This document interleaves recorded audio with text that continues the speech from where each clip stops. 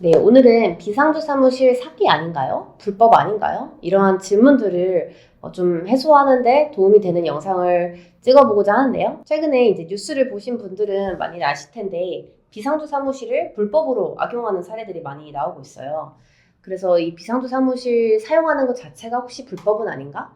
만약에 사용하게 되면은 괜히 국세청에서 조사가 나오진 않을까? 이러한 염려를 하는 분들이 많이 계신 것 같더라고요. 먼저는 임대인 측에서 생기는 문제들이 있을 수 있어요. 첫 번째는 관리의 문제입니다. 아무래도 한 공간에 여러 다수 사업자가 등록이 되어 있기 때문에 임대인 입장에서는 내 공간이기는 하지만 어떤 사업자가 언제 계약을 시작했고 이 계약은 언제 만료가 되고 또 임차료는 얼마로 계약을 했는지 이러한 정보들을 실시간으로 관리를 하기가 어려운 부분들이 있어요. 이게 단순히 뭐 엑셀로 관리를 하면 되지라고 생각을 하실 수 있지만 계속 시간이 지나고 계약이 많아지고 누적이 되다 보면은 아무래도 누락이 되는 경우들이 많이 생길 수가 있어요. 이 관리의 문제는 우편물 관리까지도 연결이 되거든요. 무분별하게 사업자를 많이 등록을 받아놓고 우편물을 관리하는 시스템이 없는 경우에는 아무리 내가 임대인으로서 관리를 잘 한다고 하지만 누락이 되는 경우들이 많이 발생을 하거든요. 이런 경우에는 해당 우편물이 특히 중요하거나 예민한 정보를 가지고 있을 때 문제가 될 수가 있습니다. 정부에서도 이러한 부분을 걱정을 하는 경우들이 많이 있어요. 제때 세금을 내지 못한다든지 재판에 참석을 못한다든지 실제로 이러한 문제들로 이어지는 경우들이 있더라고요. 비대면이기 때문에 이러한 신뢰 문제가 가장 큰 이유인 것 같고요. 사실 에어비앤비가 처음 나왔을 때도 사람들이 걱정을 많이 했어요. 내가 어떻게 누군지도 모르고 내 집을 빌려주지? 너무 함부로 쓰면 어떡하지? 라는 걱정도 했을 것이고 또 쇼핑몰에서 우리가 쇼핑할 때도 돈을 냈는데 물건을 안 보내주면 어떡하지? 라는 걱정을 하는 경우들이 있었을 거예요. 이 걱정을 해결하기 위해서 다양한 쿠팡, 에어비앤비, 네이버 같은 플랫폼들이 등장을 하기 시작했고요. 비상주 사무실 업계도 사실 마찬가지예요. 임대인과 임차인 간의 계약이 들어가는 부분이기 때문에 신뢰의 문제를 해결하기 위해서 여러 중간 역할을 할 수 있는 플랫폼들이 나오기 시작한 거죠. 저희도 결국에 계속 그 플랫폼으로서 그 중간다리 역할을 해야겠다라는 책임감을 느끼고 있고요. 그 역할을 다하기 위해서 세무서나 각종 관공서와도 계속 소통을 하고 또 임대인과의 계약을 철저히 해서 정보의 비대칭의 문제를 해결해 나가려고 노력하고 있습니다.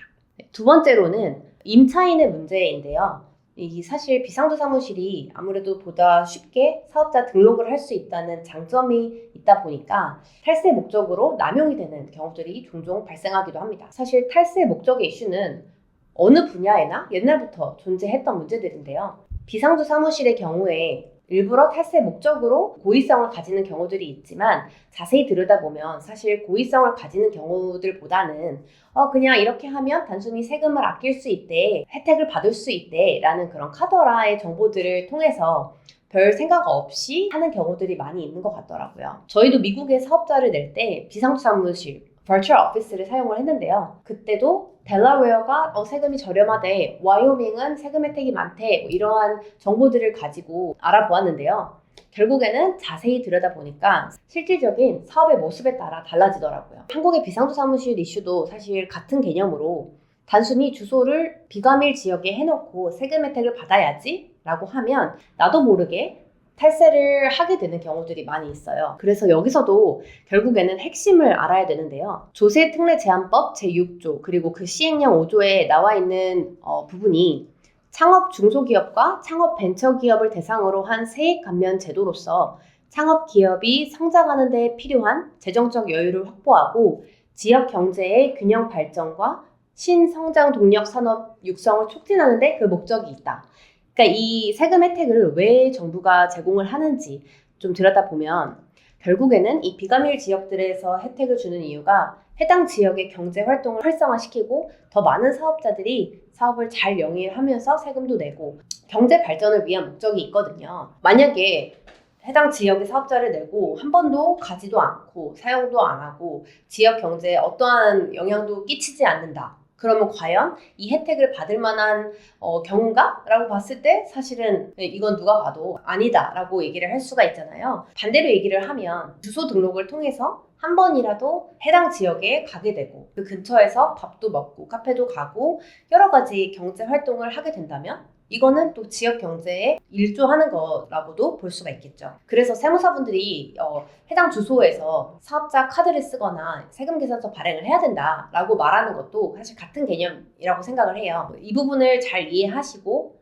만약이라도 세무서라든지 국세청에서 조사가 나올 경우에 내가 해당 지역에서 사업자를 내서 사업을 할 거고 내 사업의 특성상 온라인 사업도 가능하고 이러한 경제 활동도 하고 있다라는 부분에 대해서 소명이 된다면 사실 큰 문제는 없을 거라고 생각을 합니다.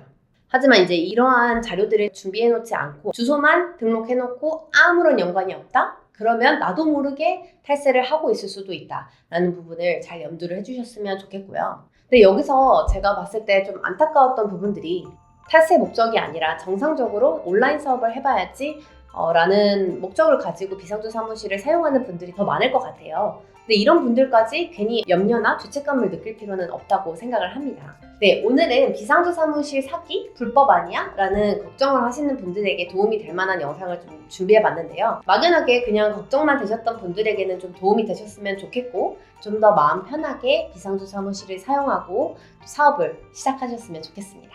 감사합니다.